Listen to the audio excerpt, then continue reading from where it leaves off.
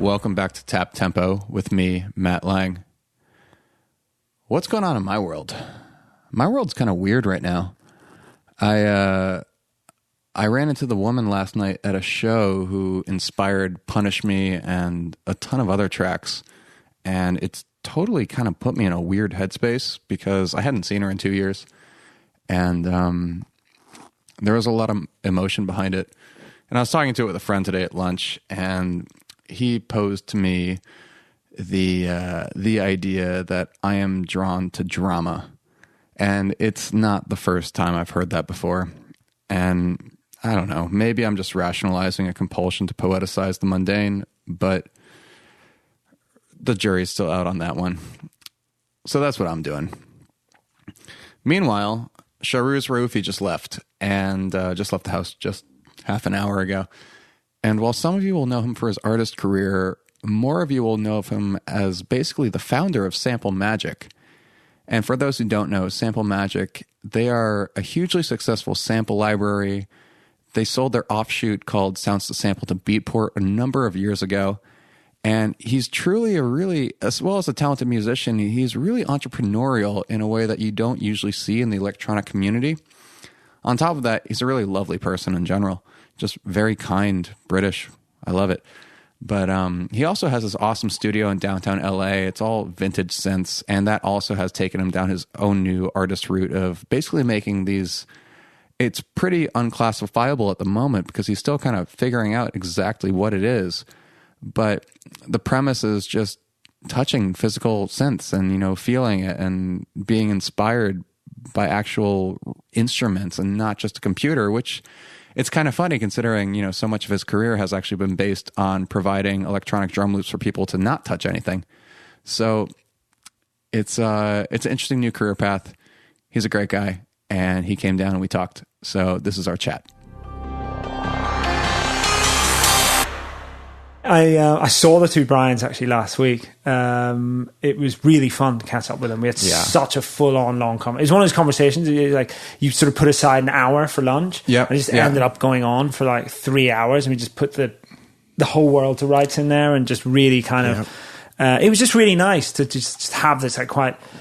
They're such great guys. It's really good. I kind of tend to divide my time in two when I'm here. There's the meetings, the lunch, sort of the lunches that you have when you're trying to have a meeting. Yeah. And then there's the casual conversations you have with people that you just want to talk to and share experiences with. Yeah. And that was one of those situations where, I kind of thought it was going to be a meeting. Mm-hmm. But then when we all sat down, it was clear that we were just kind of, there wasn't any real reason for us to meet other than just to sort of share our experiences. And I'm doing that so much more now. Like 90% of my time. I think it's kind of an LA thing. Yeah, definitely. That actually happened to me today. Really? Yeah, I thought I was meeting just a lunch coffee meeting at noon, and then 3:30 we're still sitting there because he ordered a beer, and that turned into 3 beers. And I feel there's so much to learn from just having these kind of conversations with so many people here. When I first started coming out here, it was very much about. You get sucked into that sort of style of working where, a couple of days a week, you've got to have these sort of almost nonsensical meetings. I mean, you hear people saying, let's do breakfast. And what the fuck are you going to talk about over breakfast?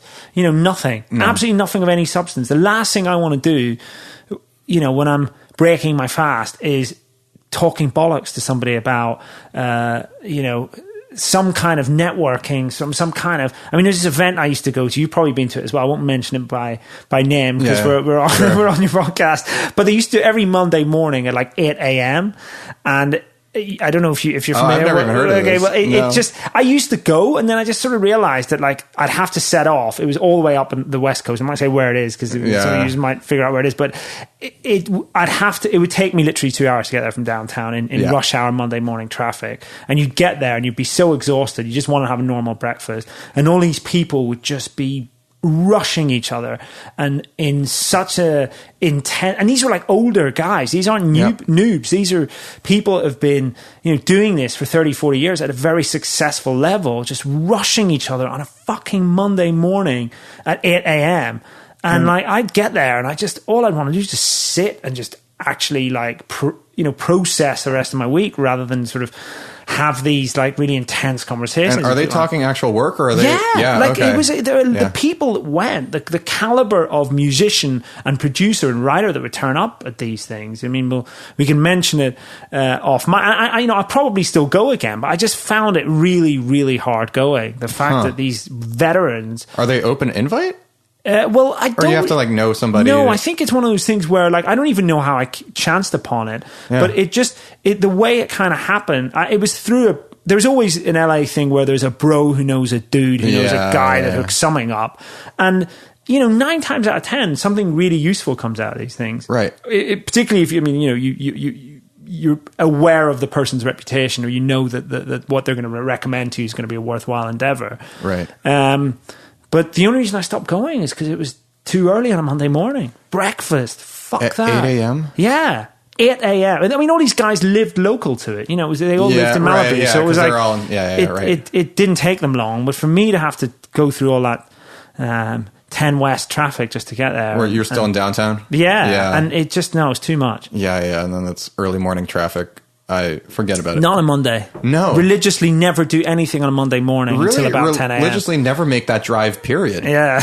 That's brutal. Yeah. I do it when I go to the airport, and that's hard enough. Yeah. Well, most of the time it's not too bad. It's just, during rush hour, I don't go anywhere. That's my general rule of thumb when I'm here. Yeah, I just stay in this area. It's amazing how you become accustomed to hiding out almost in this urban oasis of your home and work environment. It's too vast. Yeah. It's so vast, and then on top of it, every neighborhood is different. So it doesn't really feel like one cohesive city. Yeah. I've always thought of it as just 40 different towns that are kind of just strung together. Absolutely. So consequently, I don't really see friends who live on the west side. Yeah. It's hard enough to see friends who live in Burbank. Yeah. And we're only 20 minutes away from there. Yeah. I had to take an entire day out today just to go to Long Beach. I mean, a couple of things to do down there, but to see a friend who consider one of my best friends, but just having to, and it's not really that. The good thing about being downtown is you're close to everything, right? But it's still an entire day. Yeah, and the kind of the English ethic, the London ethic. It's the first thing that strikes me as soon as I go back is how much less FaceTime people have. Yeah. There's no way you can drive for an hour to get to somebody and then sit and have lunch for a couple of hours and then drive back up in a couple of hours in rush hour. We don't work that way. Right. And I really enjoy that. Like, that's one of the things I'm really going to miss, because you're in this really intense metropolis, yet people still make time to have these lengthy, long, prolonged meetups, FaceTime, and that's definitely missed. It's really relaxed. Yeah. And just the mentality, as long as it's not the bullshit side of it, which there's plenty of that. Yeah. Yeah. But when you actually have a real connection with somebody, they give you the time. I feel like, having pretty much I've lived in so many different places and different countries, and to finally be here and I suppose call it home for the most part, it really, really does feel to me like the best place to be for what we're doing.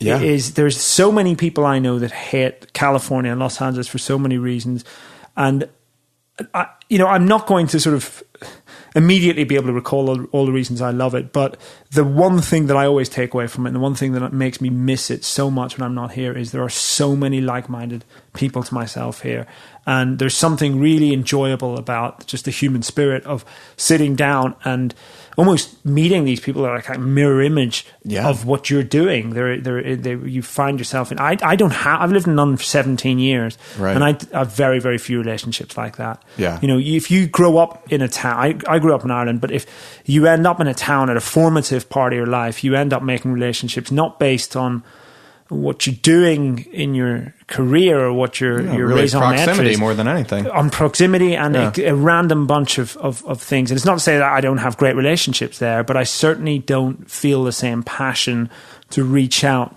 to other creative people back in London than I do here. It's you know, it's the biggest thing for me here. There's still a giant music scene in London, though.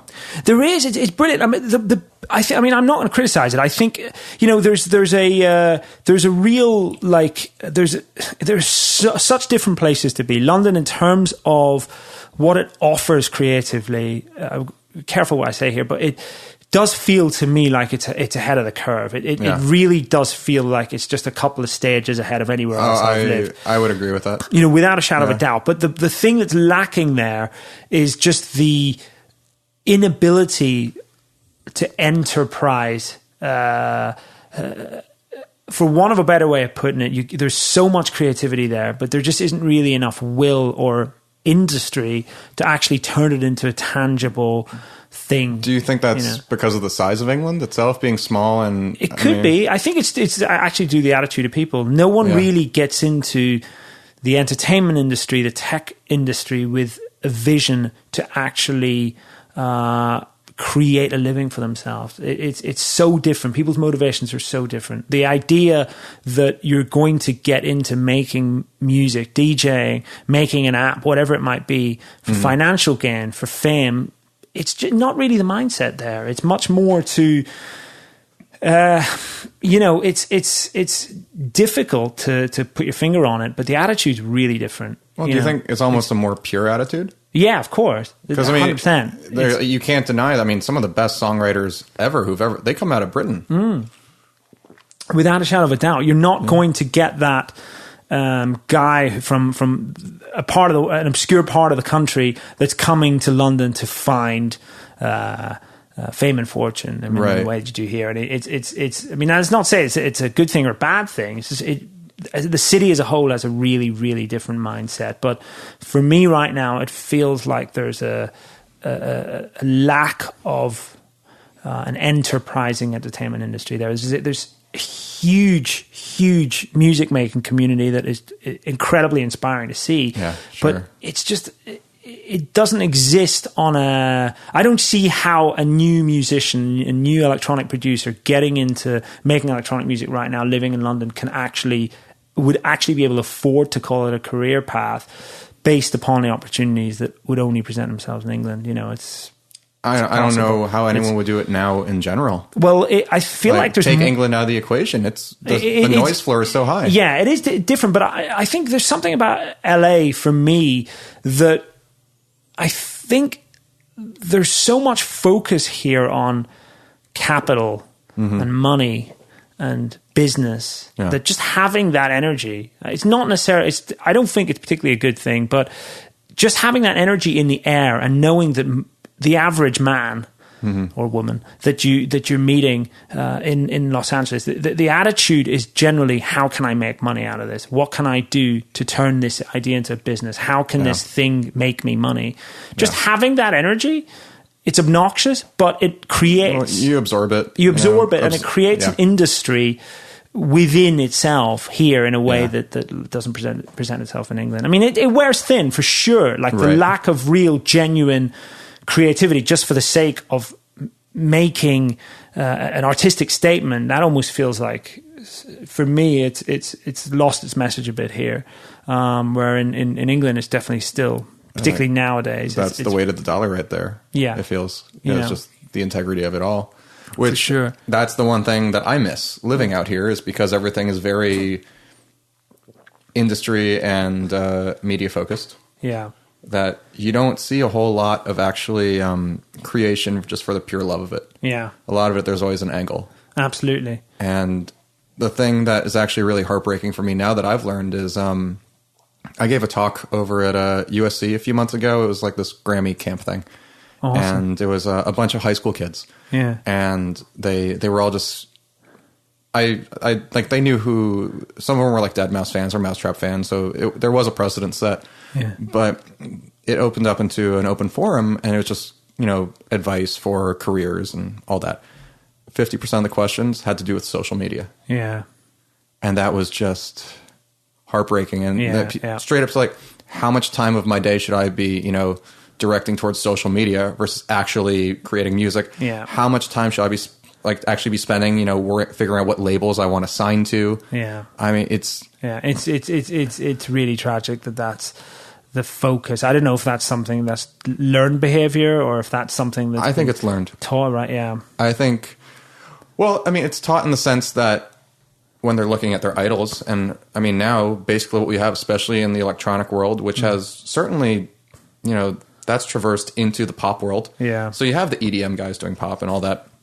And what a lot of the kids see, and like literally kids, is that suddenly you have 22-year-old DJs who don't have a musical bone in their body. They don't really know a thing, but they learned how to put a few things together on, stolen software, stolen samples that, you've probably made. Yeah. And then they're off to the races if they just have a really good Instagram account. Yeah. Yeah. And the message that sends. It's very easy to sit here and for me as an artist, that if with my artist hat on, I think it's kind of tragic that that's the attitude right now. Yeah. But 20 years ago, when I was a kid, say 15 years ago when I was out of college, the alternative was probably worse than what you're faced with now. Really? The daunting prospect of having to present yourself at any record label who wouldn't take an appointment with you unless you had a manager, pressing and distributing your own vinyl, getting ripped off by a bunch of record shops, that kind of stuff. Yeah. When you're at that formative stage in your career, and these are the things you have to do to get yourself recognized, you're going to find that stuff fun no matter what. But in hindsight, I would probably rather be sitting in front of a computer figuring out my social media profile right now than having to deal with all the nonsense of setting up an appointment at a record label and having somebody listen to my CD. Right. Basically not interested and not really having a means to. I mean, I still remember quite vividly that unless you had a big label behind you, there wasn't a chance. There was probably less democracy in electronic music back then than there is now. Oh, no doubt about that. Absolutely. And it's very easy to decry what's happening now, but I mean, two different sets of evils, but it almost feels marginally better now than it did 15, 20 years ago. There was no fun in having the startup costs were so high. Having to have a studio for starters. I mean, we're going back a little more than 15 years now, but having a studio that wasn't in a box, having to make records of your own if you wanted to go down that route, having to have the records stamped by the Mechanical Society, the MCPS or something like that, making sure that there was a license to actually make physical product. That's what we had to do in the UK. Right. It was definitely there was the entry point. I mean, a lot of great dance records were made purely because the guys that made them could afford the equipment. Oh yeah, entirely. And that's so different to giving a kid a laptop. And that's I'm a collector of old electronic instruments, and I've definitely feel like my approach now harks back to what I learned 15 years ago, but it definitely feels like if I could have had the chance to have the starting point now that the kids have, it feels I can't begrudge it based on my experiences. Well, the thing that's interesting, because you're stuck between two lines. You have one foot on either edge, very succinctly, between Sample Magic, and then of course your own, like, really it's the passion project now, and that's there are no samples. I mean, it's the polar opposite to the side of your business career for what, 15 years? How long Sample Magic? 12 years now. 12 years. Yeah. It's true. It's something that it's just happened subconsciously. I'm not trying to give a message like what I'm doing here. I think you're just doing it because you want to. Yeah, that's all it is. It's a passion project. I've been looking at it from the outside in a lot recently, and being really honest with myself and the audience that's hopefully out there for it. You want to just not make it look too Spinal Tap, because at the minute, like it can appear like that. It's not a gear race. It's not some kind of puritanical dark art. All the stuff I do can easily be done on a laptop, and I love to hear it in a laptop. There's kids on Mousetrap that are making all that stuff with laptops, and it sounds fucking amazing. Yeah, they're pretty much all on laptops. Absolutely. there's no message in that music, and I think I really appreciate the fact that you called it right. It is a passion project. It's just that I've got all this stuff, and that's kind of, it's just how I've chosen to make music. You know, there's no message in there that says you have to have all this stuff. Well, there doesn't have to be. There doesn't. But the problem is there are a lot of people that sit there and they're like, oh well, you get these the fact against the clocks and all that kind of stuff. And it's a painstaking process to watch people go to these lengths to explain that they're out of the box. Well, some of it is look at me. Yeah. And I think there is a fair amount of importance to that too, considering how much of music production these days is in the box. Yeah. Is that if you have a media outlet like Fact and they want to do an in the studio thing with you? Yes. Like I just watched yours the other day, actually. Right. And it was, okay, this is different because watching it on a laptop, there is no excitement in that. Yeah. Like really, okay. I mean, maybe if you're like a sound design nerd and you're watching, Seamless make a respace, okay. Like I get it. Yeah. But as far as the average, the casual music enjoyer, not the actual producer. Yeah. There's no enjoyment in watching someone at a laptop. No, there isn't. It's absolutely right. I mean, there's nothing I can derive right now from watching, a bunch of there's no trick that can be the joy for me right now is in how people are pastiching sounds and how they're using new technology, how they're pushing technology forward. There's nothing enjoyable about the process of watching somebody produce with a computer. No, I just look at that as like a necessary evil. Yes. I mean Pro Tools is my tape recorder. Yes, that's exactly how I look at it, I think, of course, there are certain functions that you can do within the digital realm that are completely impossible within the analog realm or even just the hardware realm. Yeah. But, I mean... Well, I've had to have a word with myself recently. I've actually told myself that I need to start to approach technology in a little more of a forward-thinking fashion. I mean, it's always a constant battle to upgrade and stay on top of what's possible. But every once in a while, like every 6 months or so, I have to have a little bit of a refresher. Yeah. Because, as a musician, right, as you are and as I am, your primary objective is to make music. Right. It's not really to be a technical wizard. And sometimes it's for me they're two very different disciplines. When I take my musician hat off and I suddenly look at what's out. I mean, I'll be honest. I only really started digging into like Serum, for example, in the last 6 months. It's and the sheer capability that's in that thing. Oh, it's and unbelievable. The way that can be pushed to do things that are.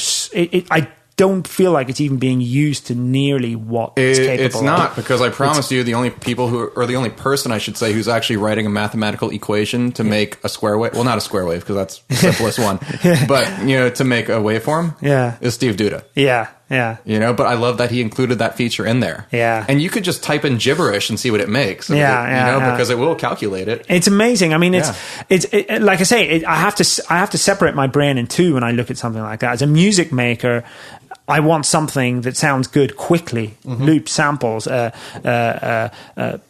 keyboard, a few knobs, a bunch of buttons. That's it. Yeah. As a engineer,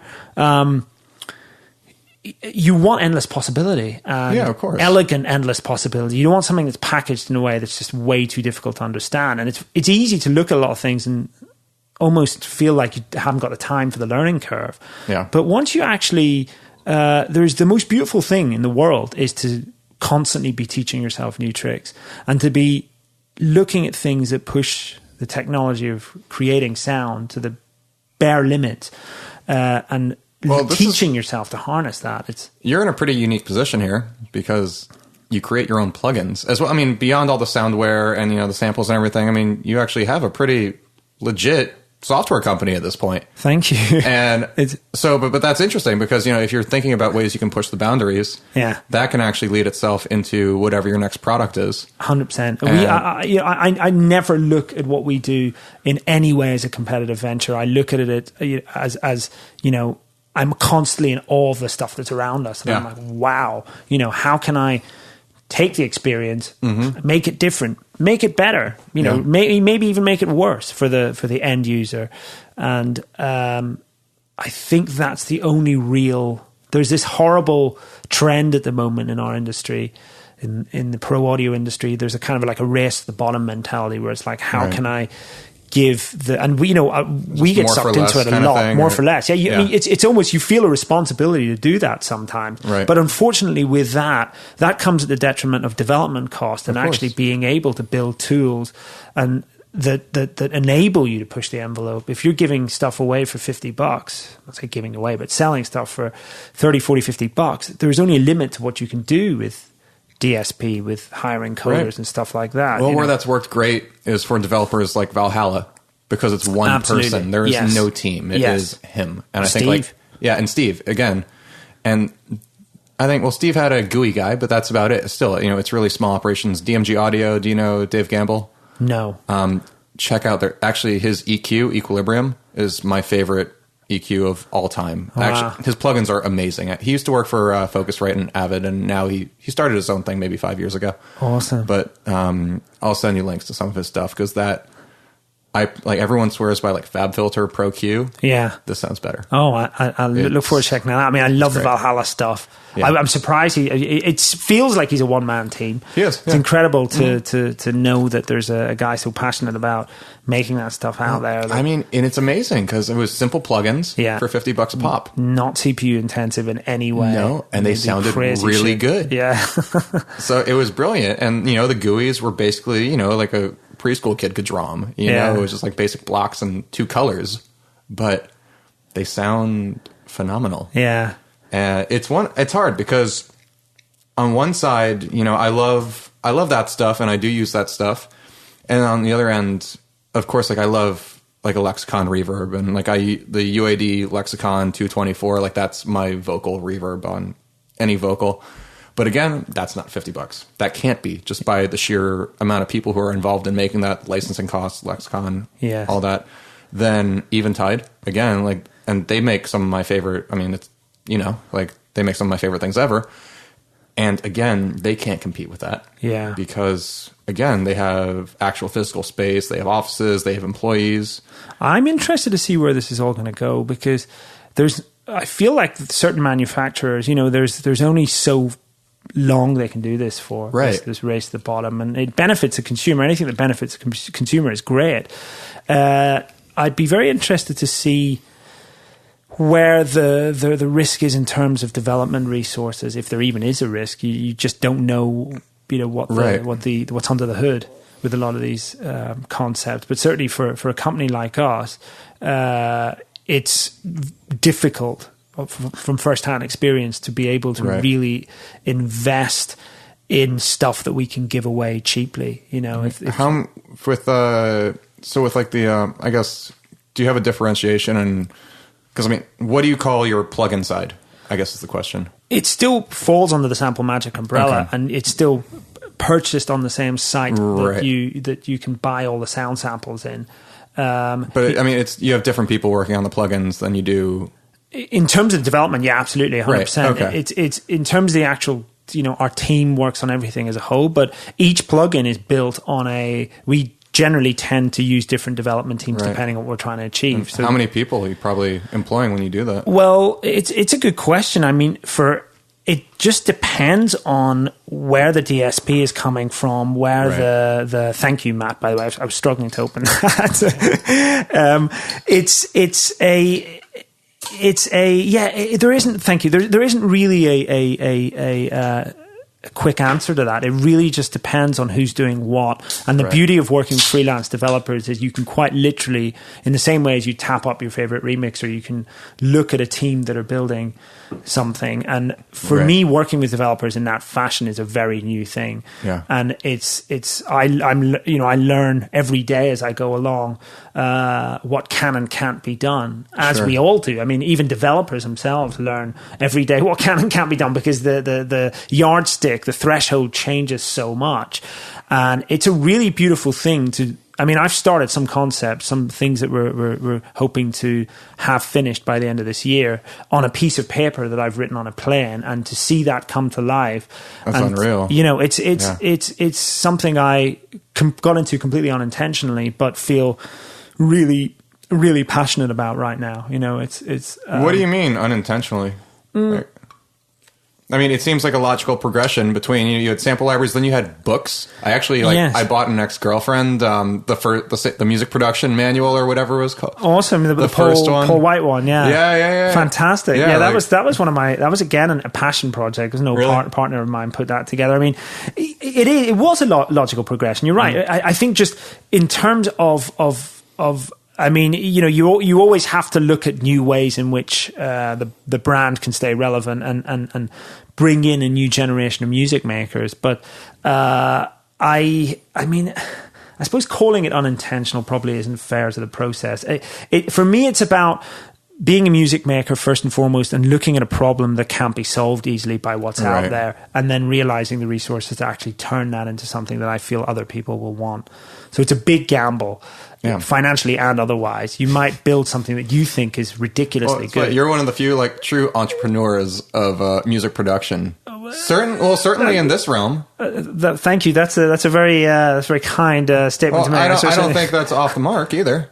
I mean, sample magic. I mean, fuck, man. Like, I was giving BT those samples. I actually shouldn't tell you that. He should have bought them. But well, I appreciate that. But we used that stuff, and I remember when I was introduced to the minimal techno library, I think, and that was 2007 or something like that. Yeah. And it was just like, holy shit, these are actually really good. Yeah. Thank you. That we always, I mean, I think again, Sample Magic was born out of having everything else that was out there and just looking at how bad it was, how off the mark it was, how crap the artwork was, how little thought had gone into it, the price point, DVDs for $100, right? That just sounded nothing like the genre that they were meant. I mean, it was such a gray area for a long time, and a lot of people got into it just to make a lot of money and did exactly that. And just went for what, $60 quid? Something we like that? started out selling, and we right from the outset we did it very differently. We had two CDs and one DVD, so we even had an audio CD, and there was a gatefold sleeve. Yeah, it was really beautiful. I remember 16-page color booklet. We want if you were going to pay $60 for something, £60, you wanted to feel like it was worth your £60 in terms of the amount of content we had on there. It was way above and beyond anything else that any of our competitors were doing at that time. Yeah.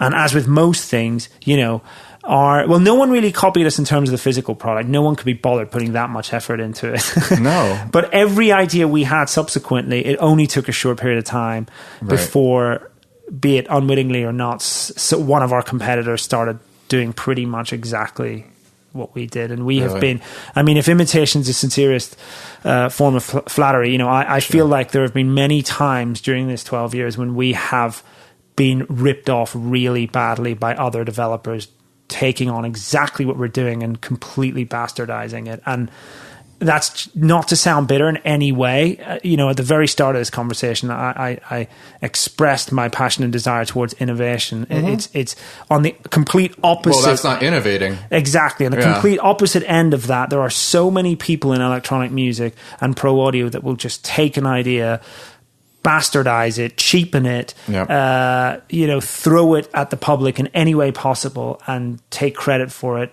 If it goes right and if it goes wrong, disappear very quickly. And that's just awful for what we all do. I gotta wonder, because it's interesting, because when I think about sample libraries, and I don't really know what's up to date these days. And I mean, minus the splice thing, and that's something I want to touch on after this thought.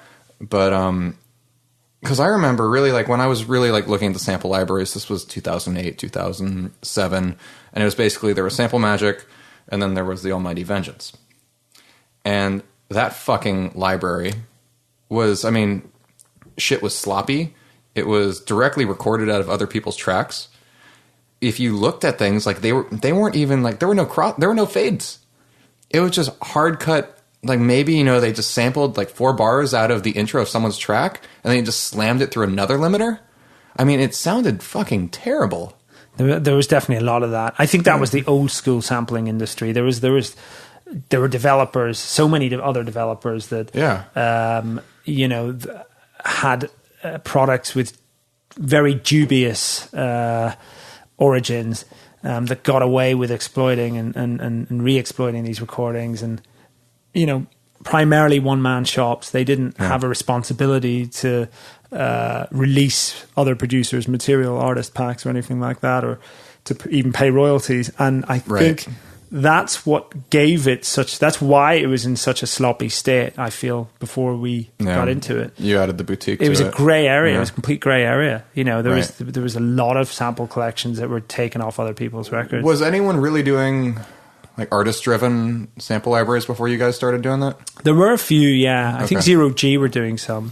Oh, that's right. Yeah, I forgot there was about a few. them. I mean, but again, it was very much a kind of like, it was the old man end of pro audio. I don't know if you know what I mean by that, but it was like the product demonstrator end. Yeah. The side of the old school of pro audio where it's like the session drummer for Genesis. Right. Not that I mean, fascinating, amazing samples. It's just a bit naff. It's just a bit like, you know, I know what you mean. Stevie Winwood's percussion player or something like that. And it would be like the product demonstrator doing a keys pack, you know. The best one was the Vince Clarke one, but even that, the way that was produced and presented, it just all felt really stuffy and there wasn't much innovation in it, you know. Right. All right. So moving to Splice, because now, like, going back from basically, we have Vince Clarke playing drums. Now we have, you can pay $1 for a snare drum. And how do you, I mean, because you guys, you're still putting out, you know, full libraries. I don't think, are you still doing booklets and, you know, gatefold CDs? We've just started doing PDF booklets, actually. Okay. Presenting them in the same way as we used to back in the day. Right, but there's no physical product. I mean, there's no point. No, it's been years since we've done any physical goods, whether it's books or CDs or right. I mean, it doesn't DVDs make sense or anything like that. I mean, we there's some boutique pieces that we occasionally do. We still put out there's a few books, actually, Classic Tracks being one of them, that we still have physical copies of. We do like limited edition USB sticks, vinyl, stuff like that, and that kind of stuff. It's again, it's a passion project. It's fun to do that stuff. It's a nice collectible item. There's still a very small market for boutique. Do you still print like the ones from 10 years ago? No way. We occasionally we'll get an order, but I think we've not CDs. I mean the books. The books, no, absolutely not. Really, that's totally out. No, that's gone. I mean, it's the problem with making books is you've got to find somewhere to warehouse them. Yeah, it's expensive. It's expensive. I mean, it was a really enjoyable experience doing those, and I'm not ruling out doing it again in the future. But it's just to do with how there's so many different ways that you can present a boutique product. Printing 5,000 books and then warehousing them and then having to go through an old school book distributor is probably the best way to do it, but also the shakiest way of doing it. I mean, the kind of, if you print 5,000 of anything and one page is off, or like the colors look a bit off and stuff like that. I mean, it's just that's astronomical. Yeah, if you're using Universal and you're doing 5,000 CDs, that's one thing. But when you're talking about a 300-page book, 5,000 of them, there's a much higher margin for error. And then returns and damaged goods and all that kind of stuff. Like, we would definitely go back to it, but I feel like our investment as a company should be more in innovation at this point than building boutique products. I understand that. It's I love collecting things myself. It's I'm only thinking because they were so beautifully made. Yes, and definitely. And again, it comes out also like we were talking about, buying vinyl earlier and spending too much money on vinyl because it's a tangible product. Absolutely. And reading a PDF on the internet, it's not the same. That's boring. You can't touch it, but turning a page and you guys used nice paper, so that was. Absolutely. Thank you. We did. We really went to, every aspect of the process was so carefully collated. Yeah. And you could tell. And that was a great experience, and I miss that. I really do. I do too. I mean, my old partner, my old business partner in the business was instrumental in typesetting and editing all that stuff and, buying in the license to articles, bringing in Paul White, who edits Sound on Sound, all that kind of stuff. That was a real passion project for him, and it's an amazing thing to do. But for me to jump into something like that right now, it would be it's 6 months worth of work, and at the end of it, your primary market is Amazon at this point, right. And Amazon's not a sure bet for boutique products, right. So it's something that I would never rule it out, and I think that there's, like you say, there's so many. Anyone who bothers making a physical product these days, particularly in electronic music, you know that the quality is going to be really good. It's the fact that it takes so long to manufacture vinyl, the fact that it is such a labor of love to put proper graphic design together and pay a good graphic designer. For your average jobbing independent electronic musician, the entry point is very high. It's so high. So you only get good stuff. There's the process of curation. And you're not going to make any money doing it either. That's exactly it. So, hopefully you'll break even. Yes, and that's why there's so many great... I mean, we talked about Mount Analog earlier. And, in the old days of working in a record store, there was so much crap in there. There were so many white labels that 99% of which didn't really have any interest for me. It was the stuff that was presented on a clear, thick piece of vinyl with some weird colors in it, or a picture disc, or something that was die cut in some weird way. That was the kind of stuff where I thought, fucking hell, someone's put some serious effort into this. This is something that I need to get, regardless of how it sounds. And that's kind of how it feels now. It's anyone that puts anything out on vinyl, give or take, a small margin of error, it's going to sound pretty damn good. They're invested in it. Exactly. And that's the difference, because the flip side of that is the SoundCloud generation. Yeah. Where you did a beat in 2 hours and you don't give a shit, but you throw it up on SoundCloud. Yes. And that beat that you did in 2 hours, sometimes it gets 500,000 plays. Yes. And the precedent that sets is because then I've had conversations with producers who they spend half the day looking on SoundCloud and seeing what's charting and then mimicking what they're making to do. Yeah. Or to do that because they want to hit that same kind of really, I mean, it's an outlandish number. 500,000 plays of something in a week is insane. Yeah. Why would, I don't even know why you'd actually aim to do that, because, it's good to, think big. But realistically, I think just the compromises you make creatively.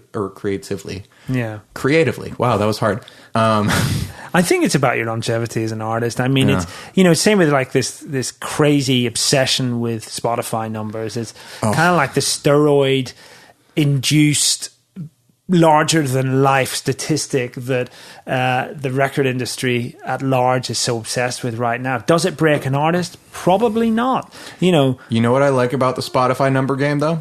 It can't be. It's not democratic. Yes. It all comes. There is the thing if the guy who's making that playlist, puts you on, then suddenly you get 200,000 plays in a week or whatever. Yeah, that's one thing. But there is a gatekeeper involved. Yes. And maybe it's, me being older or whatever, but I feel like we do need gatekeepers. Yeah. And I think record labels, even if we go back, 20 years, I think they did offer a service and curation that we don't have now. And it's a good point. I would disagree. I would say that curation is still very much there. It just depends on in which circles. I think the curation's there, but it's harder to find it just because of the sheer amount of noise coming on every other angle. You have to. There's every type of consumer looks to a different source for that curation. In the techno world, you're going to look at something like What People Play or Juno Records, and stuff like that is so well curated because it's definitely not based on public opinion. It's a bunch of music lovers that have taken a job at a store because they love music all day long. It's like walking into Amoeba, except for upfront electronic music. Right. And that kind of curation is brilliant. But when it falls in the hands of a dance music guy at Spotify, an electronic music playlist curator at iTunes, Apple Music, I'm not sure that's healthy, actually. Well, I think of that basically as radio, and there's a fair amount of payola going on. Sure, that's exactly what I'm alluding to. That's the part of it that I just. This whole idea of having to influence the guy that decides what goes on the storefront. Beatport did that nonsense for years, and that became a parody of itself because did they really? Oh, for sure. Well, not payola, but there was the guy who decided what was going on the genre pages, and he was the dude that everybody was trying to. That's why I've never been on a techno page ever. Well, that in itself was a dark. That was decided, from my understanding, that was decided from Berlin, and the Berlin team were much more of a small mafia that were, there were certain Berlin techno producers and labels that were very tightly I know. Sometimes joined. they would put, in like best of this week, and I'd listen to a few of them like, what the fuck is this? Whereas in Denver, it felt a bit more democratic. That makes sense. Okay, because when I released stuff that was like more progressive, that usually was always in like new releases or in the new charts or whatever. Yeah. But when my stuff started getting classified as techno consumer, I hate calling anyone a consumer, but techno fans are particularly those that buy electronic music. They really. They're really invested in brands, and even with curation, you can't really sell to those guys. No, they'll look beyond that, and it's these guys are all they probably all have a set of decks. Every Friday or Saturday night after the club, they probably go home and play a DJ set. They know exactly what they're playing, what they're buying, and I think it's a religion to them at that point. Yeah, and that's the good thing about that scene. You're not. No one's trying to sell into it because you can't. There's the guys that have been doing it for 20 or 30 years, like Dubfire and Richie Houghton, that will always do that, and they're the gatekeepers into that world. But it's not really. There isn't any kind of fast ascension in the way that we sort of saw with other genres of electronic music and into that scene. No, there's a lot more purism, for better and worse. Yeah. And I think that presents its own unique set of problems. I mean, the purism is almost becoming a parody in itself. I lived for a while in Berlin, and did you have a scarf?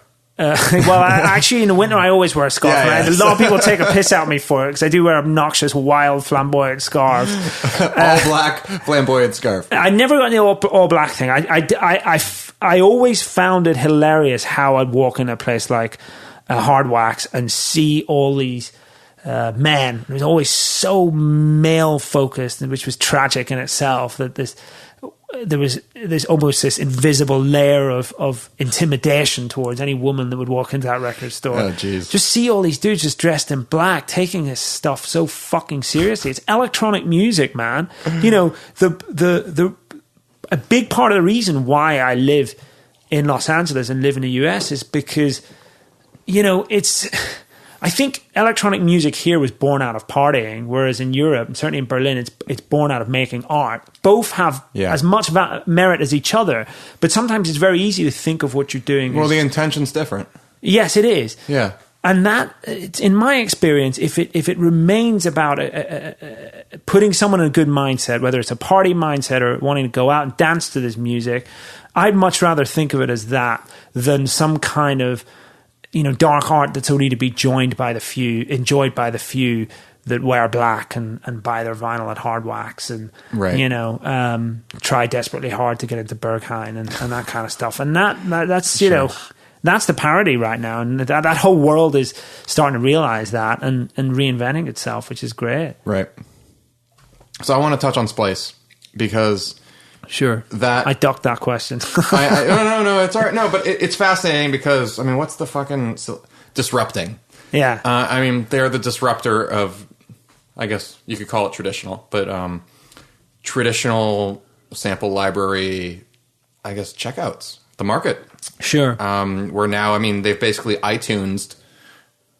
Now, you'd spend $60, $70 on a library before, and now you can have, but you'd also get like 3,000 samples. It was a ton. Now so actually, the price per sample is way high, but you get theoretically exactly what you want if you know exactly what you want. So the thing I'm wondering is, because also what's fascinating is like we were talking about Serum earlier, and now, that's embraced the subscription model as basically a rental through Splice, and that I know that's actually done really well for Steve. Yeah. And how is that? I guess how has it affected the way Sample Magic's doing things? And you can't call it an enemy because it's just the next progression of how things are being done. So I guess how are you adjusting to that? We're not. I love what Splice do. It's just an extension to. It's just a different way to consume. The same product. I don't feel strongly. I know there's a lot of consumers and a lot of pro audio brands, plug-in manufacturers, developers that feel strongly about the subscription model, and I think what I like about how Splice are doing it is that it's not an unlimited model, which I were very strongly against. Yeah, sure. I just feel like that's going to initially drag the entire concept. Well, if they totally Spotified it, that's just that kind of stuff. Right now, I can't really see that working. No, well, I mean, Splice is actually profitable. Yeah, absolutely. I mean, I think that selling credits, Spotify isn't. Yes, exactly. Case in point. And I will. Yeah. I think that you, as a distributor of sound, if you were to go down the route of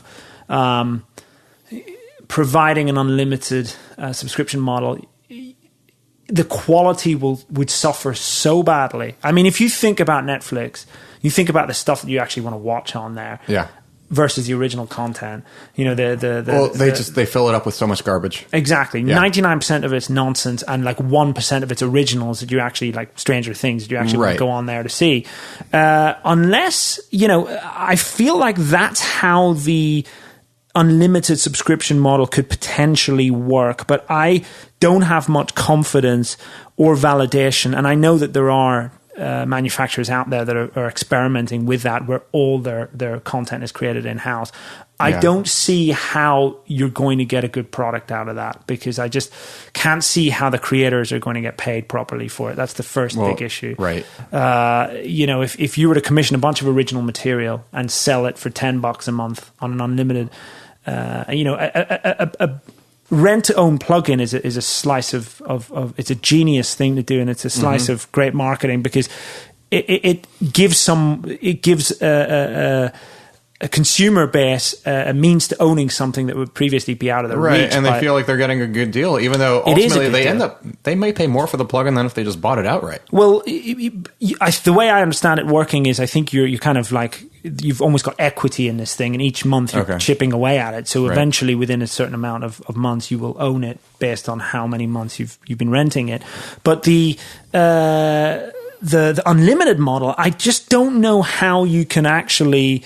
I don't understand how creators could actually get a fair slice, and how can you stop end users from completely filling their boots and leaving after a few weeks? It's not like this. Right. It's going to be a very. I can't really see how that would work for. And the concept of using someone else's recorded material in your original productions, you have to be so sure of where that source material is coming from. Yeah, of course. You need to be sure that whoever's created that material, that stuff is free of copyright, that it's not infringing anybody else's copyright. And the moment you start bringing loads of content together in one central place and selling it for who knows how low a price, you're going to be opening yourself up to that kind of stuff. The floodgates, yeah. The quality. They must have some kind of contract that when you give them content, just like a record contract would have, is that there are no illegal samples in here. Sure, yeah, of course. That's a standard thing. But that just, how can that benefit the end user? Like, we've had so many situations where someone's made a hit record.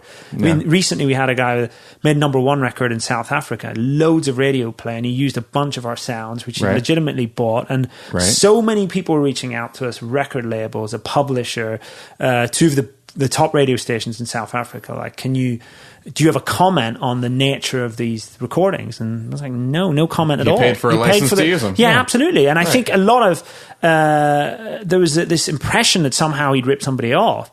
Imagine those sounds had have been they had have been sampled off someone else's record in the first place by some somebody had paid some guy somewhere to make those sounds exclusively as part of their unlimited subscription model content strategy, and the end user had ended up using a bunch of stuff that was. And these kind of problems, that when you're selling stuff on mass, in scale, you don't tend to think about these things as a distributor, but you have to have the end user's interest at heart, and racing to the lowest possible figure is definitely not the best way to do that when you're buying intellectual property. Right. And that's not to say Splice are doing that at all, by the way. Splice's model, like No, 100%. in a way, do you have anything on Splice? Yeah, we all our collections are on Splice. So, you can pay per sample? Absolutely. Okay. That's pretty forward thinking, because then, you could actually make more on the library that way. Theoretically. It's just another, like I say, it's just another way stream to have our sounds. I don't really see the difference in paying 1 credit for a kick drum versus having 100 kick drums for a couple of bucks. I mean, it's the same thing. I find it hard to... It's actually better for you. Yeah, well, I find it hard to believe that someone's going to pay 1 cent, 1 credit, I don't know, it's like 3 cents a credit for 1 kick drum and not buy the whole pack for $2, you know, because we the way we do this thing, click and mix, where we take our entire library and we disaggregate it into 5 or 6 different folders. So, you know, it's not really that different to selling each sound individually. No, that's really smart. And I like it when people do that, because a lot, like, I guess, go back a decade, you know, a lot of the sample libraries, they had folders of like bass lines and melodies. And it's like, I would buy a library. It's like, I don't care. I don't want any of that. Yeah. I just want the drum samples or whatever. Yeah. And so I think that's good. I think we've been doing that for probably 7-8 years now. We've broken them all into different components. Yeah. You know, it's smart. Something we don't do it for our distributed label content, because we put up what our labels give us, but for our own content, everything is click and mix ready. Yeah. And it gives our end users a lot of flexibility, and you know, Splice is just an extension of that. To my mind, I don't see it as competition in any way. I think what they're doing for creativity as a whole is wholly positive, and you know, so certainly I would encourage it. Right. Fair enough. Yeah. Yeah, it's like I did a remix contest. It was a remix contest on Splice, and that was my first, I guess, adventure with it. I haven't ever downloaded or I haven't bought a sample from it. I've only had my own content on there. And then I've actually made, libraries of, they were basically like album libraries. So I took like all the samples from Ephemera, and that was a Splice library that still hasn't come out. Thanks, Mousetrap. And then there's like a patchwork library also.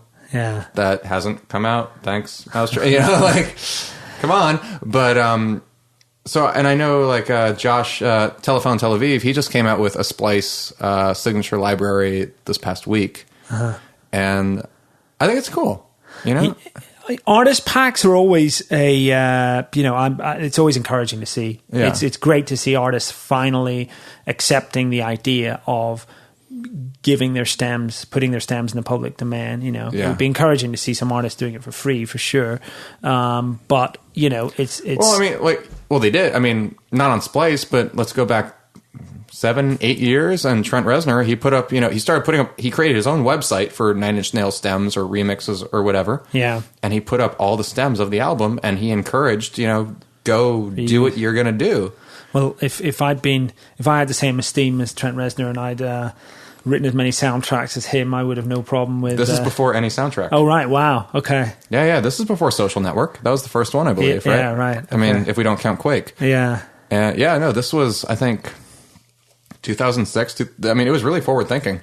That's awesome. Yeah, and he created his own website, his own ecosystem, and there was no money involved. It was just you create a user account, you log in, you could download stems of whatever albums he put up, and then you could upload your own remixes. And he basically created his own social network. Yeah, which was awesome. That's incredibly forward thinking. Really forward thinking, and then Facebook and SoundCloud, they eventually became what they became, but still, you can still go to them, because, I mean, I did one of them like 2 years ago.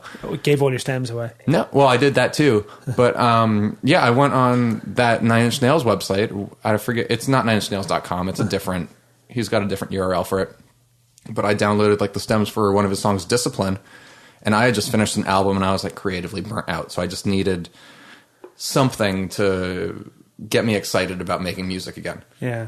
And just doing that did it. And it was, I mean, he made it available. And actually that became kind of, in a way, that became a really important remix for me. Because, I mean, it was no official release. I don't know if he's ever heard it. Yeah. But it was something that actually kind of, the sonic identity of that ultimately became kind of a roadmap for a lot of things I did thereafter. Yeah. So it almost gave you a new creative burst of energy by being involved in creating that way. And I mean, and they're one of my favorite bands. So like as a fan, that's awesome. That's exactly what it was intended to do. Yeah. They probably weren't doing it thinking there was going to be a lot of dodgy dubstep bootlegs of it. Well, they probably did. I don't know, but I mean, that's well, awesome. Dubstep wasn't really a thing yet. Yeah, right. So, and if they did, it was like Burial. And like, I will take Burial like bootlegging anything. Yeah, that would be amazing. I think that's awesome. I mean, I think that's going back to the entire theme of this conversation. That's exactly what you want to be doing. And sometimes if you make that whole business too serious, the business of stems and tractor and,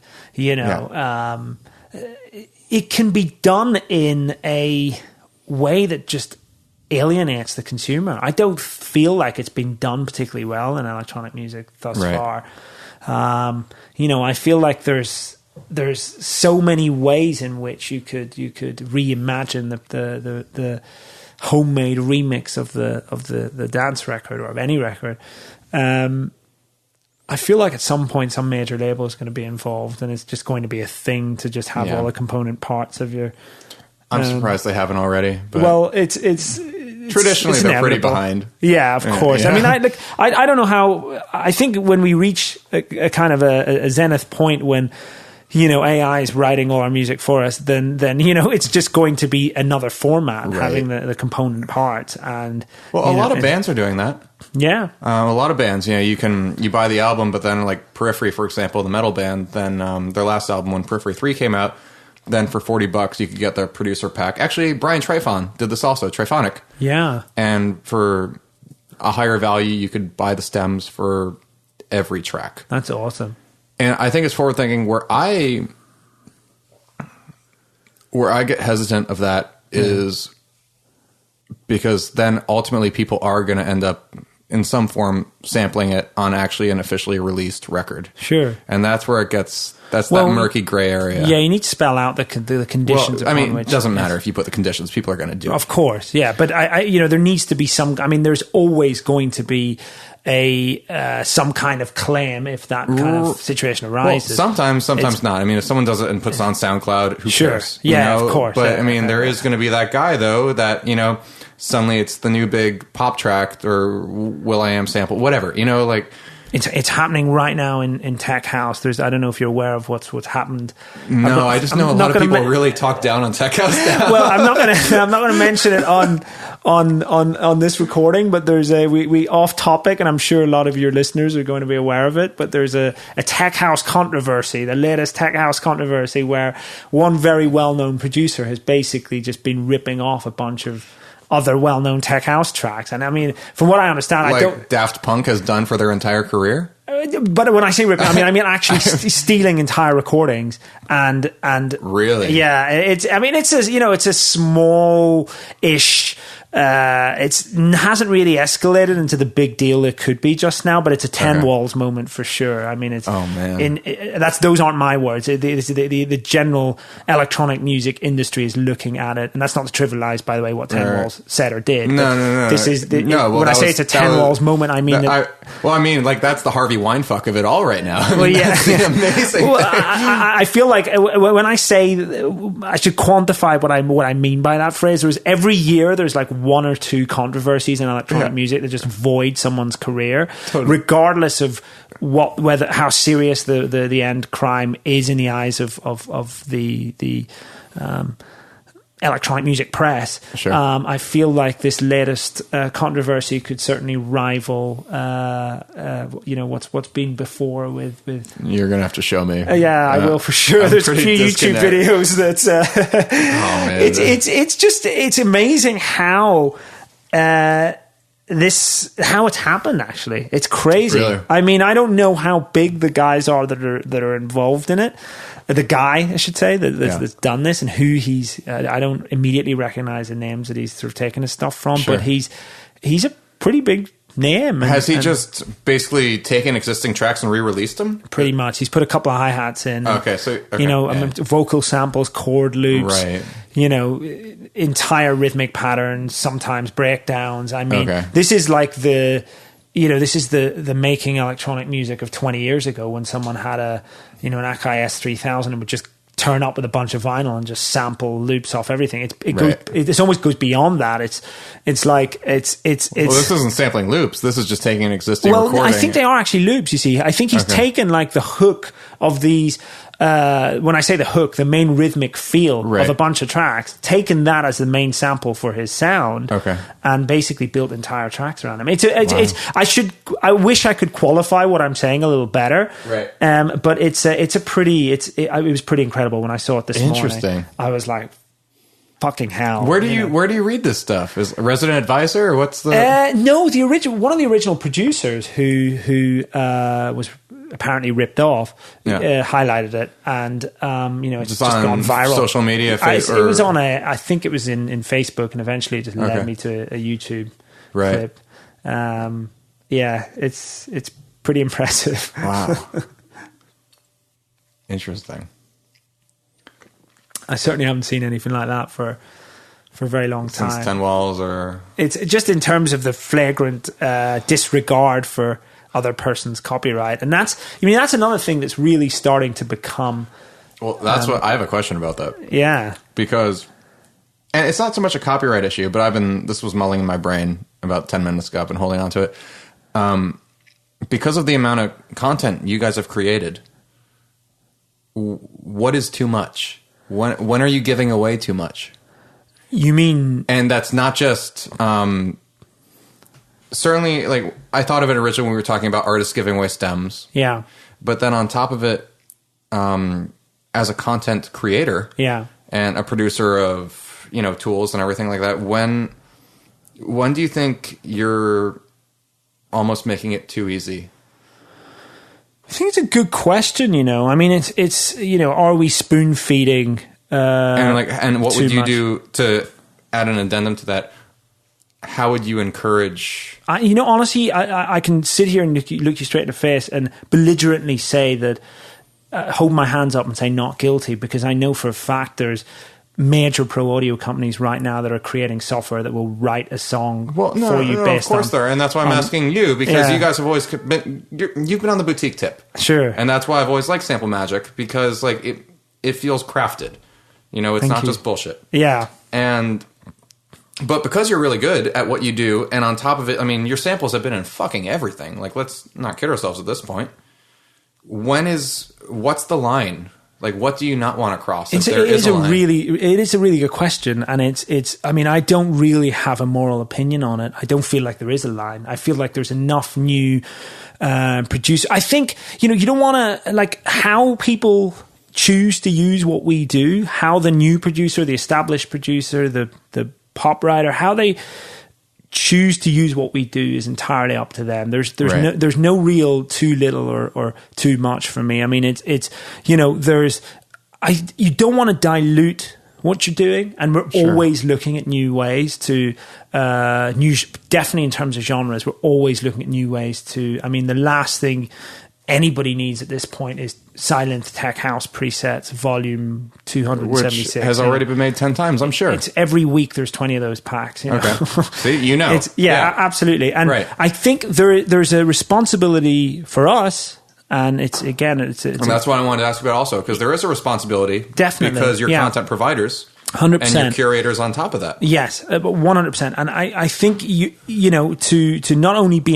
completely on top of the genres of music that we claim to represent, but also to try to encourage new ways of using that content. Right. And, Serum, for example, became the buzzword for for sample packs and presets and things like that. I mean, does one sell retail wavetables? Does one go one step further and start providing the component parts of each loop as presets, as Serum Sound says, entire project templates?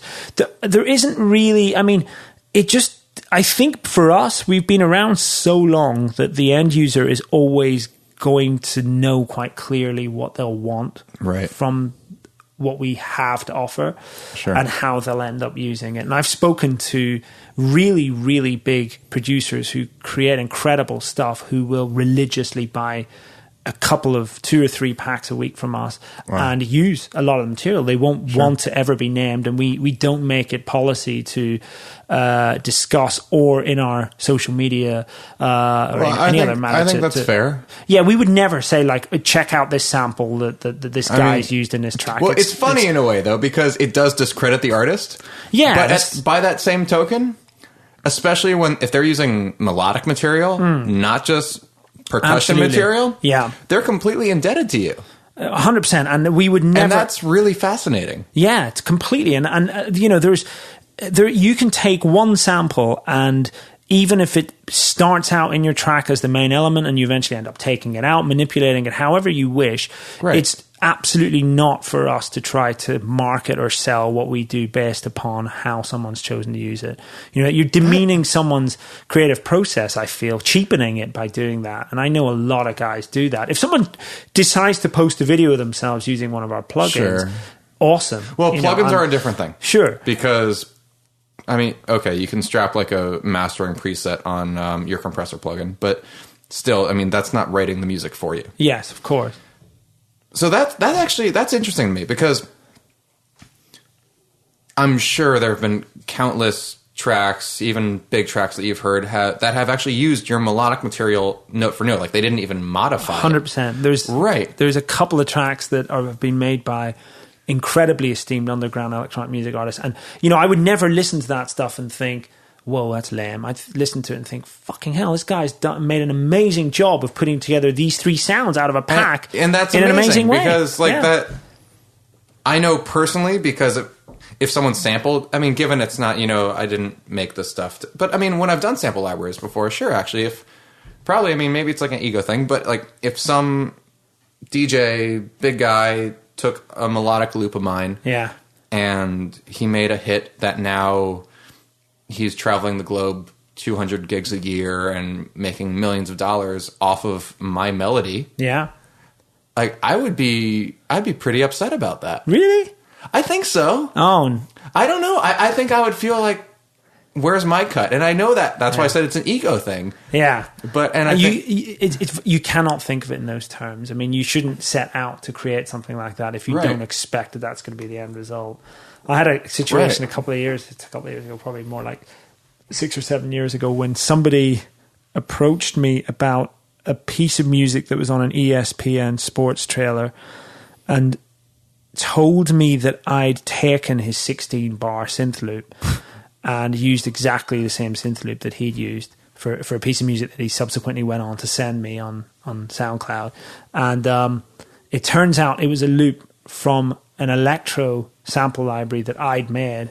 Oh, that's funny. That I'd used, you know, and it's pretty much not even as the sample, as the original project that went on to become the sample. Right. And this guy thought that I'd stolen his sample that he may or may not have purchased from Sample Magic, but it was hilarious. Funny. Yeah, I mean, really a couple of things like that have happened. That's full circle, if you ever for sure. I mean, and you know, I just kind of pointed it out to him that you know, it's kind of the culture more nowadays than it used to be, where a lot of electronic music, the electronic music cognoscenti, for want of a better way of describing them, they get incredibly emotional about the entire idea of selling creative tools. We've had all sorts of accusations thrown at us in the past. Oh, I'm sure of it. From watering down the process through to... Well, you open yourself up to that just by selling it. Yes. Of course. You sell anything, you open yourself up to that. Yeah. But more than anything, you know, you'll get... we have, like, not even joking, like actual fans of you know, we've got a bunch of people that are just fans. They'll buy anything, you know, they'll buy totally anything that we make purely based on the reputation of the label. And that's amazingly fantastic. They're like we just give these guys discount codes every couple of months. We'll just give them a big discount code just because they are like almost sustaining founding members. Oh yeah. When I say they'll buy anything, I'm certainly not putting down their chosen musical genre. They're fans. They're they just love. I mean, they're like they're acolytes of Sample Magic, which 100%. Is pretty amazing. You know, I'd love to get them all together, and we've got like a kind of like a bunch of groups and stuff where a lot of these guys get together and. You know, it's amazing. My personal wish, certainly for going into 2018, is to try to make more of that community that's come out of what we've sort of given birth to. And it's cute to see how these fans. I hate to call them fans, but how they've you can call them fans. Yeah. That's what they are. They support you, supporters. You know, don't call them consumers because that cheapens the value. Pillars of our community. Yeah, almost of your existence in a way. Yeah, absolutely. That's. I mean, did you ever? Before what made you start it? I was actually making sample collections for Zero G around 2002, 2003. And it got to the point where I was making like 2 or 3 sample packs a month for a wide range of that's a lot. Yeah, I was doing a lot of it. It was, you know, I was living in London, not able to pay rent. Yeah. Based off of my musical endeavors at the time, and I had an idea for a sample pack because I was creating so much music and just not finishing any of it that I hit upon a concept for a sample pack, and you know, went to the first couple of developers I could find whose products I bought and respected, and it was amazing how quickly it just took off from that. Okay. And you know, we immediately identified that there was a gap for credible genre-based electronic music products, and just kind of you know, dived into it. Drink that? No, you go for it. I am driving back, and I'm struggling with my second beer. Right, I'm not. I mean, usually this is where I say I'm Irish, but you actually are, so I can't use that excuse. I can't use it either, unfortunately. I grew up in Ireland, but I don't, unfortunately, have only 1% of Irish blood in me. I don't. Were you born there? No, I was born in just outside London, but I can't profess to, aside from a stray 1% that there's some genome test told me. So I'm actually more Irish than you. Yeah, I imagine your average American, Canadian, or possibly even Western European is more Irish than I am. My like great grandparents, they came over with the potato famine. Oh wow. Yeah. So that's what I mean. They lived in Hell's Kitchen. That's basically why I'm a New Yorker. Wow. Yeah. The old Irish New Yorkers. Yeah, totally. Like my, I hope I'm not confusing this. My dad's side of the family is Southern Irish. My mom's Northern Irish. Oh, wow. Hence all the discontent inside. Yeah, you know? Wow. That's incredible. Do you know where in Northern Ireland? No, I don't. Wow. That's where I grew up, was in Northern Ireland. Okay. And I know one side of it was McKenna was the last name, and the other was Phelan. I know a lot of McKennas. Okay, so McKenna. So that would make sense because McKenna then would be Northern. Yeah, there are well, anything with a Mc, generally speaking, I may be wrong about this, but generally speaking, there's a Scots-Irish connection, so that would suggest Northern Ireland. Yeah, anything with an O is generally speaking Southern. So an O'Flaherty would likely be a Southern Irish, whereas a Mick whatever McManus would probably be Scots-Irish, Northern Irish. Yeah. Wow. Yeah, and there was I never knew that. There were 3 McKennas in my school year. Okay. My next door neighbor was a McKenna. Which it's got very interesting. Do you know Reuben Keeney? I've heard of him actually. He was here like a month ago. Yes, I did. I was aware of that actually. I've heard and seen some of the things he's doing, and he seems like a really interesting guy. And you know, there's something about the music scene in Ireland as a whole, not just Northern Ireland. There's something really special about it, and when you see guys like that coming through and because Ireland's a kind of place where if you don't leave when you're 18 years old, you'll stay there for the rest of your life. You won't get out. Right. The quality of life's good. It's very, very safe. Yeah. Nothing much changes. Everybody knows each other. The reasons for wanting to leave for a young man are much greater than they would be for somebody who has a family. Sure. And I think I've got so much respect for somebody that comes out of Ireland that is living and working out of Ireland and making an international music career for themselves, or even a national music career, it's a mean feat for sure. How old were you when you moved? Oh, I left when I was 18. A couple of literally like 2 finish weeks high after school my or whatever, birthday, and you're just done straight out. Yeah. Okay. I just, I had such an amazing childhood there. My best friend in school was Mike Crosby, who now is in Santa Monica and produced in 1975. And no way. Yeah, that's awesome. He did that the 1975 record. They're brilliant. He's done the Wu-Tang Clan. He's worked with OMD. I wish I could. Blood Red Shoes. There's so many. You've got to check out his discography. He has produced pretty much any major rock record. I'm going to say True Royal Blood as well. I may be wrong about that. What's his full name again? Mike Crosby. Michael Crosby. Yeah, he's up in Santa Monica, or maybe the Valley, but he was my best buddy at school. We were in a band together.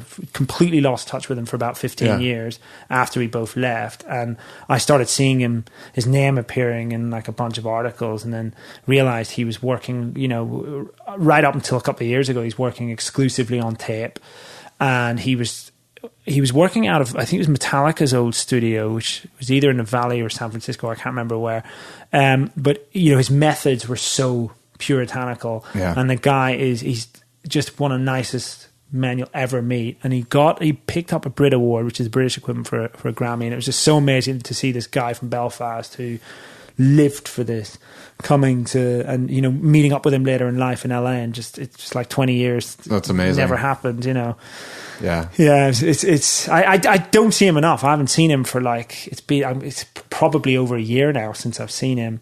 We both our studios are managed by the same agency that gets bookings, and that's how I was actually aware of what he was doing through that. No kidding. Yeah. Is this your downtown vintage lab? Yes. Is that an appropriate term? Yeah, I think that's vintage lab. Yeah. Synth museum. Yeah, 100%. Do you have a name for it? Mm-hmm. It's not Laura, It's called, my girlfriend's called Laura. Oh, really? Yeah. It's called Principal Pleasure. And my artist name is Prince of Pleasure, which the new artist name, which I've just formed, dirty. It was Pleasure Principal, and then it was Principal Pleasure, and then Oh, I thought you said Prince of Pleasure. No, a lot of people think it is. It's Principal, but Prince of Pleasure. I wish I was a Prince of Pleasure. Unfortunately, I've been giving myself way too much credit. If that's I was cocky. Prince of Pleasure. One of my favorite. It reminds me of, for some weird reason, it reminds me of Romanthony. Romanthony was always one of my favorite producers out of Chicago, and I just thought it was a cool name. Taking Anthony, which was, I think was his real name, and Roman. And Roman, Romanthony, awesome. But no, Principal Pleasure is it's been a culmination of years of collecting. Yeah. Some stuff that's really rare and some stuff that probably has no value whatsoever. And, constantly getting rid of stuff and bringing in new stuff to finally have a setup that does a whole bunch of stuff that not a lot of other facilities or creative spaces do. Can anyone book time there, or are you? Moloko, who the agency, technically they act as an agent to bring talent in there. The problem I have is it's become so oversubscribed just with the network of individuals that I know that I've got to be very, very careful about who I get in there right now. Because you want to be in there too.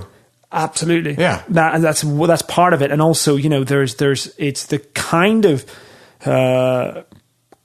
The kind of producers that are going in there are people that I've admired and respected and looked up to for a variety of reasons for a long time. Felix the House Cat, DJ Tennis, Riva Starr's been in Black Madonna, Eagles and Butterflies, who's a good friend of mine, Ryan Hemsworth, Glitch Mob were in. Sure. It's all happened organically, That's amazing. Yeah, it's been really cool, and it's amazing the kind of reaction it solicits in anyone that goes in there. I can't really think of anything the closest parallel I can draw to that is that when I was at Berkeley, actually after I graduated, they ended up opening a room that they had a booklet in there and a bunch of other vintage synths, and nice. And that didn't actually exist, I guess, when I was there. It was only after, and I dated a girl who worked there, so I was able to. She was the one I bought the Sample Magic book for. Right. So. Consequently, I had access to those studios a couple of years after I graduated, but I can't think of really anything else where it's just a studio that's purely synths and vintage. That's cool. Yeah, take away just the utilitarian aspect of it. It's just fucking cool. Yeah, yeah. I really do feel like it's a unique space. It's based so much on the vibe and the history behind a lot of these instruments. So much of this stuff has been acquired from very well-renowned producers who've made amazing records with those particular pieces. And a lot of the analog stuff, no two units sound the same. So you are using a piece, no doubt, that has been used on a classic record of some repute. Oh, of course. Well, because some of them, I mean, like they're from the 70s.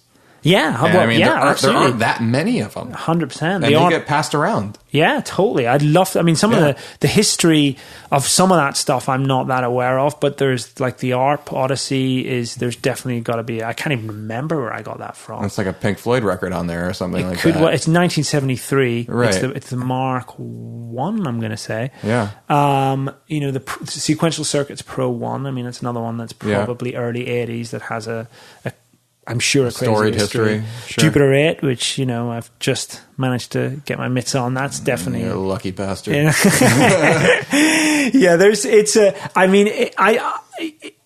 Every time I go in there and turn that stuff on, it's like I can't. So like you're in Pee Wee's Playhouse. Yeah, I can't ever get bored of it. It is amazing. Well, it's inspiring. 100%. Yeah, that's the thing. I just feel like whenever I walk up to a synth like a Jupiter 8 or something like that, you just put your fingers on the keys and you come up with ideas immediately. Yeah, totally. I mean, and you can't put a value on that. What I'm trying to do at the minute, and I mean, you're a musician, you're an esteemed musician. You're a classically trained musician. Sure. And I think as a musician, it's incredibly exciting to be stood in front of all these keyboards.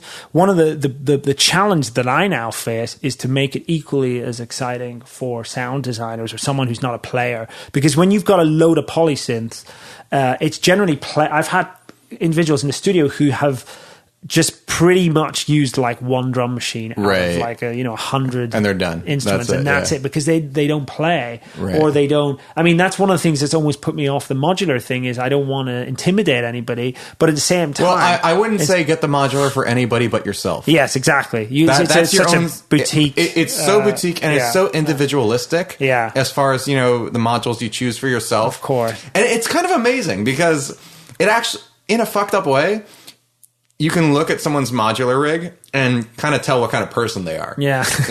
But because it is so handcrafted and custom and you have to, you get every component yourself, you can kind of tell, you can look at someone's rig and figure out almost immediately what kind of music they want to make. Yeah. That's a really interesting way to look at it. I think it's... no one's is the same. Yeah. That's the beauty of it. Yeah. It's such an exciting world. I mean, it fascinates me. I'm very late to the game on it. And it's the giving these unique sonic possibilities to somebody who isn't a musician or a programmer in a lot of ways is a real beauty. And that's, you're taking such old established technology and presenting it in a way that is changing the sound of electronic music. And that's really exciting, Are you busy Friday night? I have no plans currently. Okay. Friday night. I want you to come with me to meet the noise engineering people. Oh yeah, that'd be awesome. They live close to here. Yeah. And they've talked about potentially doing sample library stuff before. Right, yeah. But I mean, I love a lot of their stuff. I mean, I have plenty of it, but I think you should meet them because that would be fantastic. Aside from just like demo, like here's what we do kind of shit. Yeah. And they're close. I mean, they're close to downtown also. Fantastic. So I'd love to. I know there's such an ardent community right now of the whole perfect circuit audio clique. Well, there's that clique of it. And that's kind of a different thing. Right. The developers are certainly... I mean, and given because I'm a creator, I'm not a salesman by any means. And you're better at that than I am. So like... For me, the people I gravitate towards are ultimately the creators and the developers and the engineers. So, but yeah, I would love to do that. I've heard stories of modular groups getting together under a bridge in downtown LA and giving these public performances. Have you never been modular on the spot? I've never been. No. Oh fuck, man! I've never been. No. When you get back, I've been threatening to go for a long while now. The two people I was just with the two people who started it last night. Is Victor Carrillo one of them?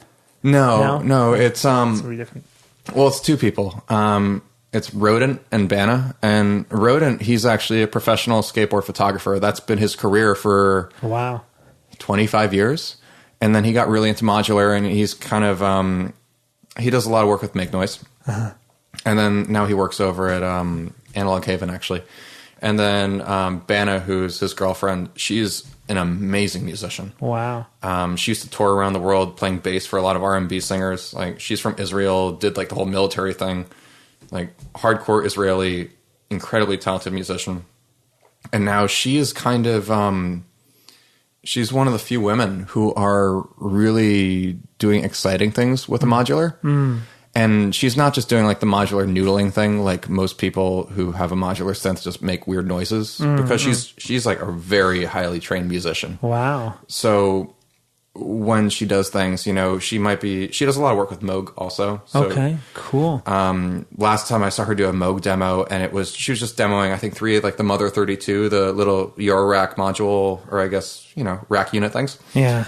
And just doing beautiful arpeggios that were in 15/16. Oh, wow. And I'm hearing that, and I'm like, you know, you speak to the musician in me. Yeah. And it's a real skill to be able to do that with what's fundamentally a sound design tool to it's make rare. it interesting to musicians. Most people, well, it's not up to the creators. Yeah. It's up to the musician. It's up to the user. Yes. I think. Of course, yeah. You know, 99% of modular music is just bleeps and bloops, and it's kind of like, I look at it as basically expensive stamp collecting. Yeah. But, because, I mean, it's expensive. Of course, yeah.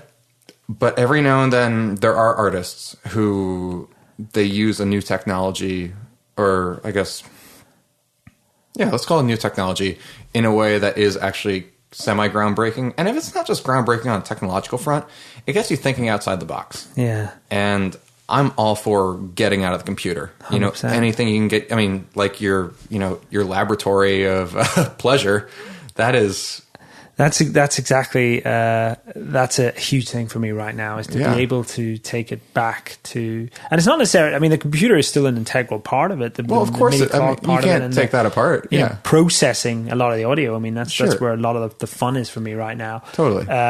But I think just for getting the sheer inspiration, like the idea. It's almost like I can't imagine making music now without at least a few analog synthesizers around me. I can't make music without a guitar. Yeah, right. It's if and that's when your I do, I feel like I'm choice. cheating. Yeah. You know, because like you're capable of doing it. Yeah, certainly, but you feel no emotional connection to it. Yeah, you need to. That's so. You hit the nail on the head there. It's about having that emotional connection. Yeah, it's very, very difficult for me to sit with a laptop and feel an emotional connection to a piece of music without some kind of direct just physical interaction. Yeah. You know. Yeah. Even when it's a synth where there isn't even necessarily velocity, it's such it's in such contrast to the other part of my brain that thinks of Ableton and push and firing loops together. It's weird because that's what's so fascinating. I know, like you have this very strange dichotomy. Well, that's because electronic music works for me on so many different levels. On the DJ level, where you're creating a club track that can be based purely upon, you know, selecting, pastiching sounds together, versus being a musician and creating a piece of music that's not necessarily for the dance floor. And so you differentiate between DJ and musician. Yeah. Well, because you just did. I did. Yeah. I don't. Yeah. I think that's just me speaking. I don't think that anyone should make a clear distinction. Oh no, between I make a very clear distinction. So that's what. Oh, absolutely. I feel like DJ... It's gotten me in trouble a lot of times. Well, it can't... I mean, look, I think you've got to be careful because you can't... They are different disciplines, of course, but you can't discredit the DJ by saying that he or she is not a musician. It's a different model. Yeah, exactly. And that's what and I would never call... Like, I'm not going to look at, like, Steve Reich and say he's a DJ. Right. I feel like it's a different skill set if you look... at someone who's headlining an EDC, of course, using tracks made out of maybe even your loops, of course, and saying he's a musician. Yes. And there's a very, very clear distinction in my mind. For sure. And yeah, because I'm very opinionated, one's better than the other. But that's my own problem. Right. And there isn't necessarily, it's just they're different things. They're completely different things. I don't feel like it's for me to say one's better than the other, because there is a talent, a natural talent for being able to get up on a stage regardless of what you're doing and be able to have a collection a group of people, and that's the hanging on what you're differentiation doing. for me between entertainer and artist. Right. Not to say that, but then there's performance art, and then that again is kind of DJing now on the scale that you've just described it to me as performance art. You know, the minute you're throwing a fucking cake in a blow up balloon, yeah, or a blow up boat, performance art. That's performance art. And that's a thing that's uniquely born out of the scene in this country, I would say, and it's. That would never happen in Europe. It wouldn't happen, but anyone that puts that down from Europe, and I've got to be careful what I say here, but anyone that puts that down, I personally think is speaking from at least in my experience with most of my peers in Europe, is speaking from a place of, dare I say it, envy. Jealousy. I think there is an element of that there. Well, I mean, because that's the amazing thing about that is the gimmick sells. Yeah, there's so many individuals, myself included, that have DJ'd vinyl and learnt the art of mixing two vinyl records together in a shaky basement to 20 people on a cold Tuesday night in Stoke. Right. You know, and for that, and did you walk 20 miles in snow without your shoes on also on the way? Making that evolution and then harnessing the digital technology that feels so backward now of two CD players. You still had to learn how to mix together without BPM counters. Now you don't need anything. And of course, and then evolving to now. And the evolution of that is now because people realize they didn't have to do anything. Now they literally don't because they've just made pre-mixed hour-long mixes. Yeah. Well, that's where, going full circle here and going back to the earlier point of the kids at USC asking you about their social media strategy. Right. I mean, that's the learning to mix vinyl of the generation before that. And the mistake a lot of veterans in our scene, in any scene, make is to not pay enough attention or hold in high enough regard the new tools of the trade. And there's a lot of that in techno. There's a lot of people that buy vinyl that can't mix two vinyl records. Right. I've had to teach ardent vinyl buyers, some of them staff members of Sample Magic. I can't mix two vinyl records together. Right. And I've never, there's I don't individuals claim that buy techno records religiously, that don't DJ in clubs, that buy 3 or 4 bits of vinyl a week that don't know how to mix these records, but at the same time will ridicule someone for playing a pre-mixed set at a But see, there's difference in that, because a pre-mixed set you're not even trying. Right, or what you're trying to do is entertain the crowd, and that is a different thing, because then it's the separation between artist entertaining a crowd is just as difficult a discipline, and it should be regarded in exactly. I mean, I personally wouldn't pay to watch someone throw a cake or synchronize jumping movements to a bunch of lights and pyrotechnics. It's not my idea of an entertaining electronic music experience, but I can very much respect someone for being able to create that following and to be able to present that showmanship on such a... And the thing is, it's not like they're not working. Yeah, of course. They're working very hard. Yeah. It's just a different style. 100%. And that's a different focus. 100%. And, this is something that I hate to use the term, but underground electronic music fans and creators have a real problem with being able to understand what's on the other side of the fence. They're not the same discipline. They're not the same genre. They're not even in the same ballpark. No. Well, I think the reason why we have or I shouldn't say we, but I mean, it kind of is we, but because they get lumped into the same group. Sure. And that's okay. They originated from the same roots without a shadow of a doubt. I mean, I could very easily stand here and talk about how this skill has been bastardized for, financial gain and, watered down so that it's accessible without having to prepare anything, which in a lot of cases it is. Yeah. But I think anybody who can stand in front of 100,000 people and maintain that schedule, week in, week out, that's a testament to endurance. Yeah, it is. It's the old me, a few years back, that I was incredibly bitter about what I remember being able to play very credible electronic music clubs in North America. I remember, I'm sure it still happens, but I remember playing at a lot of these places where, you know, it was about the art of mixing records and getting a small crowd in a basement moving, setting the vibe. Sure. And I'm sure, you know, it's still, you know, the scene here, the underground electronic music scene here is still as healthy now as it ever has been. Yeah. But I did definitely when parts of it started to mutate towards what was known as EDM, there was definitely an initial feeling of bitterness from me. Sure. I mean, the same promoters that would have booked me to play events were now picking EDM artists. Yeah. And that was it's for, I think, for anyone who's learned the skill from the ground up, if you like, that's a bitter pill to swallow. But I think that ultimately it's a healthy thing that it's gone full circle, and I'm sure that through that a newer generation of electronic music fans are coming through now that won't necessarily remember their first Swedish House Mafia concert. No, I mean, all the kids, I say this with quotations, now they all cry for techno, which is kind of funny. That's amazing. The new buzzword. Yeah, amazing. And it's as long as that scene innovates, which I don't think it is innovating.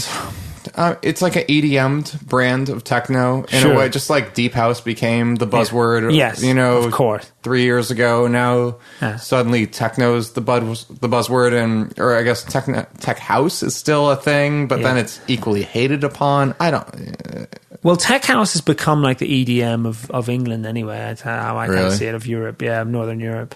I mean, it's become there's the butt of numerous Wonderground articles about the sort of, you know, the permanent tan, two beats looping it over again, and the white teeth, and the sort of, you know. Oh, really? I mean, it's just a cliche. There's actually a stereotype now. Oh yeah, the Jersey Shore character. You know, that's the tech house DJ now. Yeah. Really? I think it's unfair, but I thought they just liked EDM, but they've evolved. That's what your average.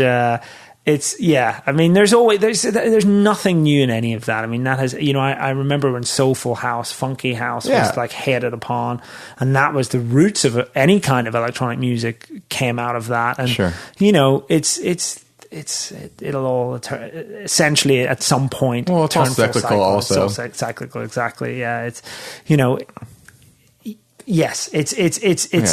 As long as there's a healthy number of people that like to get together and congregate and enjoy electronic music, be it for an art form or a party and feeling the music, then I'm content to be working within it, you know. So that was my chat with Sharooz. If you haven't seen Sample Magic before and you're a music producer, you would be wise to. Their samples are some of the best you could possibly find. They also have a plugin called Magic AB, and ever since TB introduced it to me about a year ago, I've used it on almost every mix I've done. It's really incredibly insightful. And support good people. Simple as that. See ya.